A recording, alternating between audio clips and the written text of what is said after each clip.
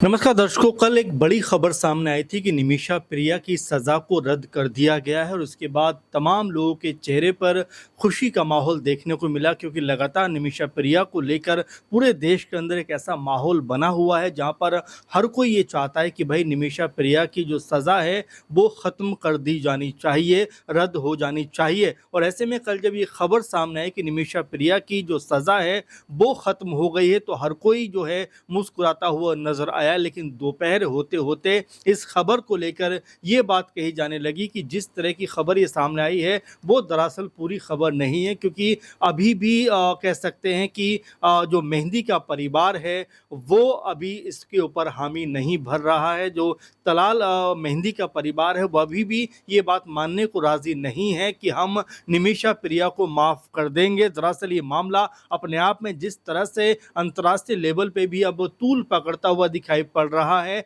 दरअसल ये भी बात सामने आ रही है कि क्या वाकई में एक महिला जिसने एक ऐसे माहौल में इस घटना को अंजाम दिया जिसके लिए वो बहुत ज़्यादा बेबस थी, परेशान थी, तमाम तरह से उसको प्रताड़ित किया जा रहा था, उसका पासपोर्ट तक जो है जब्त कर लिया गया था। उस कंडीशन में जब उसको प्रताड़ित पे प्रताड़ित किया जा रहा था, उसने एक ऐसा खौफनाक कदम उठाया जिससे वो पूरी तरह से यमन के अंदर या यमन का जो कानून है उसके शिकंजे में फंसती हुई दिखाई पड़ी। हम आपको बताते रहे इस पूरे मामले को लेकर, लेकिन अगर हम निमिषा प्रिया को लेकर बात करें तो जिस तरह से 15-16 के आसपास उसने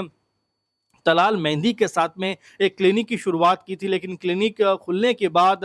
मेहंदी ने लगातार निमिषा प्रिया को परेशान करना शुरू कर दिया और इसी से परेशान होकर 15-16 में निमिषा प्रिया ने मेहंदी के एक बेहोशी वाला इंजेक्शन लगा दिया, जिसका ओवरडोज होने की वजह से उसकी मौत हो जाती है। और इस पूरे मामले में निमिषा प्रिया को पकड़ लिया जाता है और लगातार उनके ऊपर जो है कोर्ट में मामला चलता है, उनको आखिरकार मौत की सज़ा दी जाती है, क्योंकि शरिया कानून के हिसाब से यमन में मौत का अगर आप किसी की हत्या करते हैं तो फिर आपको भी मौत की सज़ा दी जाती है। 8 साल से लगातार जेल के अंदर बंद है निमिषा और जुलाई 16 तारीख को उनको जो है मौत की सज़ा दी जानी थी, लेकिन जिस तरह भारतीय धर्मगुरुओं ने लगातार इस मामले के ऊपर यमन के जो धार्मिक गुरु हैं और वहाँ के जो सामाजिक संगठन हैं उनके साथ में बातचीत करके ये प्रयास किया कि भाई किसी तरह से निमिषा प्रिया की जान बचाई जा सके। हालाँकि 16 जुलाई को इस कह सकते हैं कि जो सज़ा थी वो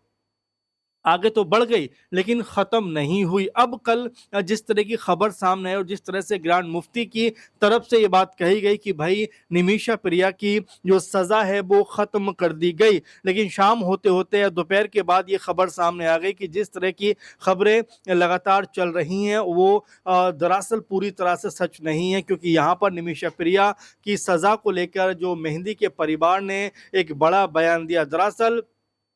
जो यमन नागरिक थे तलाल अब्दो मेहंदी के परिवार ने निमिषा प्रिया की मौत की सज़ा को रद्द करने के हालिया दावों पर प्रतिक्रिया देते हुए इसे खारिज कर दिया। तलाल अब्दो मेहंदी के परिवार ने भारतीय नर्स निमिषा प्रिया की फांसी की सज़ा माफ़ किए जाने की खबरों को गलत बताया। उन्होंने कहा कि इस तरह की बातें बिना उनकी अनुमति के फैलाई जा रही हैं और ये लोगों की भावनाओं के साथ खेलने जैसा है। तलाल के भाई अब्दुल फ़ता मेहंदी ने साफ किया कि उन्होंने या उनके परिवार ने कभी भी किसी तरह की माफ़ी देने की बात नहीं कही। उन्होंने भारत के ग्रांड मुफ्ती के कार्यालय के उस बयान को भी खारिज कर दिया जिसमें दावा किया गया था कि एक तरीके से निमिषा प्रिया की जो सज़ा है वो ख़त्म हो गई। अब यहाँ से पूरे मामले में एक अलग मोड़ बनता हुआ दिखाई पड़ रहा है। दरअसल यमन में कह सकते हैं निमिषा की बेटी और पति पहुँचे हुए हैं।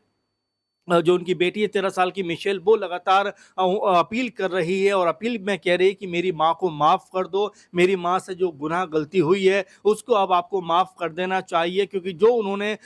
कदम उठाया था वो तमाम ऐसी परिस्थिति थी जिसके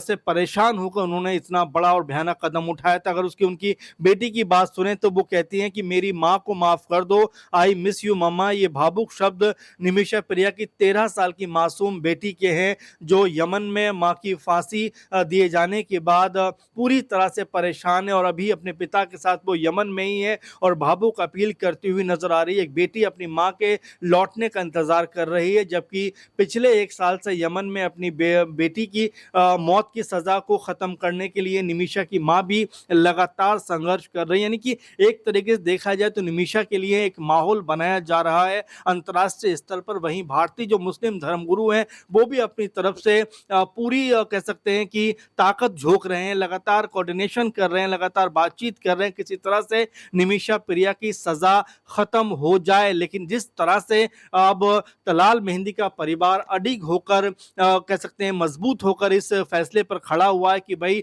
जो निमिषा प्रिया ने किया है उसकी कोई माफी नहीं है। भले ही उनकी 13 साल की बेटी अपील कर रही है लेकिन हमारे ऊपर उसका कोई असर नहीं होगा। ऐसे में अब यहाँ जो यमन के तमाम सामाजिक कार्यकर्ता हैं, तमाम जो कह सकते हैं कि उदारतावादी लोग हैं, उनको बिल्कुल ये अपील की जानी चाहिए कि भाई किसी भी तरह से निमिषा प्रिया जिनकी महज 13 साल की बेटी है, 8-9 साल से जेल के अंदर बंद है, उन्होंने अपनी बेटी का मुंह तक नहीं देखा एक लंबे अरसे से, क्योंकि 2 साल की जब वो थी तो उनको भारत भेज दिया था। लेकिन 2012-13 के बाद से निमिषा प्रिया ने यमन में रहने का फैसला किया। यमन में जिस तरह के उस समय बदतर हालात हो गए थे, गृह युद्ध की स्थिति थी, उसके बावजूद भी निमिषा प्रिया ने ये फैसला किया कि वो कह सकते हैं यमन में रहकर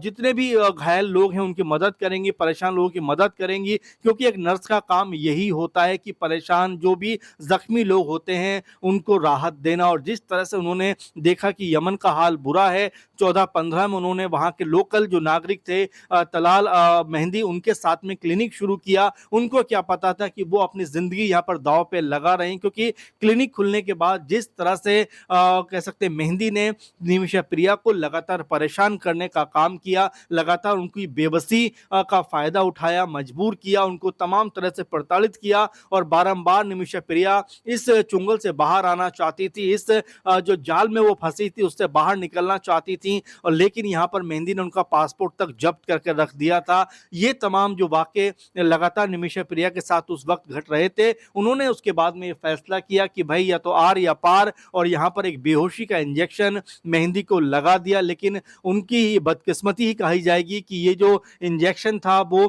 कह सकते हैं ओवरडोज हो गया और यहाँ पर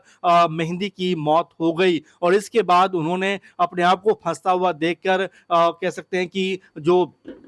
मेहंदी है उसके शव को पानी की टंकी में फेंक दिया। और यहाँ से एक नई जो उनके लिए मुश्किलात शुरू हो गई, क्योंकि पुलिस ने उनको पकड़ लिया, मामला कोर्ट में गया, उनको फांसी, उनको मौत की सज़ा दी गई और 8 साल से लगातार जेल के अंदर बंद हैं। भारतीय तमाम लोग जो हैं वो जद्दोजहद कर रहे हैं। सेव निमिषा के नाम से एक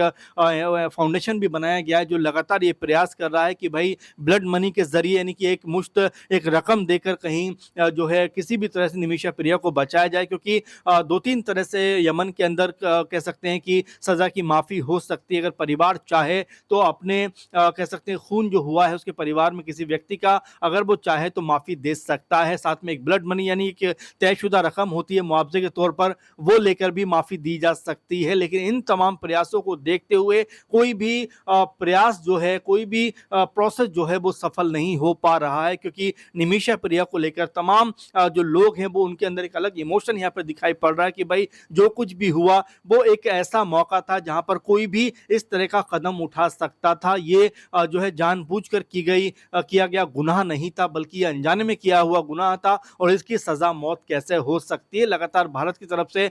तमाम अंतर्राष्ट्रीय स्तर के लोगों से ये पहल करवाई जा रही है कि भाई वो इस मामले में दखल अंदाजी करें, क्योंकि अगर यहाँ पर निमिषा प्रिया को मौत की सजा हो जाती है तो यहाँ पर उनकी बेटी जो अब तक अपनी मां से दूर है, लगभग 11-12 साल से उसने अपनी मां का मुंह नहीं देखा है, उसकी कह सकते हैं जो जज्बात हैं उसको बड़ा धक्का लगेगा। साथ में जो लोग ये उम्मीद कर रहे हैं कि भाई चलिए जो गुनाह हुआ,